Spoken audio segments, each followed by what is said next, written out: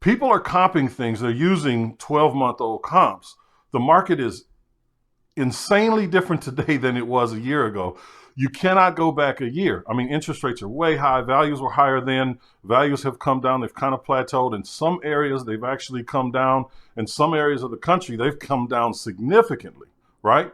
So utilizing comparables, comps from a year ago, because it looks like the house, or even 9 months ago, forget about it. What you really want to do is you want to look at things that sold, if you can find them, in the past 90 days. Then you're going to go, maybe 6 months at that point, right? If you're not finding that many. I mean, you're finding right now appraisers that are going over main streets, even highways, to get values, only to have the lender in underwriting actually shoot that comp down and make them go back and change that thing out. Because the reality of it is, that's another neighborhood when you cross the highway. That's another neighborhood, 9 times out of 10 anyway, when you cross over a major thoroughfare. So those comps really don't count. So stick it to a 90-day window, 6 months. I mean, if you want to get a big picture of it, yeah, you can go and say, okay, here's what it looked like then. And you can look at the solds. Here's what it looked like then. And here's what the solds are today. And you'll see a huge difference in those zip codes, right? Huge difference. You'll see the percentages standing out right there in front of you.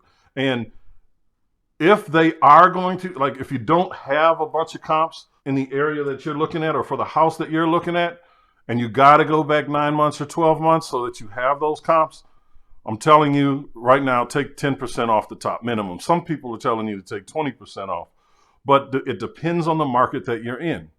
It truly depends on the market that you're in. So if you're in a market like Atlanta, for instance, you're going to, depending on where, there are some caveats, there are some exceptions to the rule, but 10%, maybe 15% is going to be it. You're going to want to be right there. That's what you take off the top. So what does that look like? That means if you saw a comp a year ago that was $300,000, I like to use round numbers in these, that house is now worth $270,000, depending where it's at.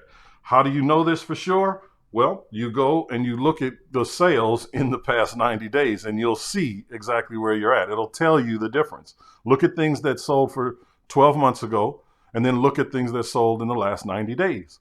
That price difference is where you need to be. Lenders are looking at that. The banks are looking at that, right? So even if you're wholesaling, this is important for you to understand.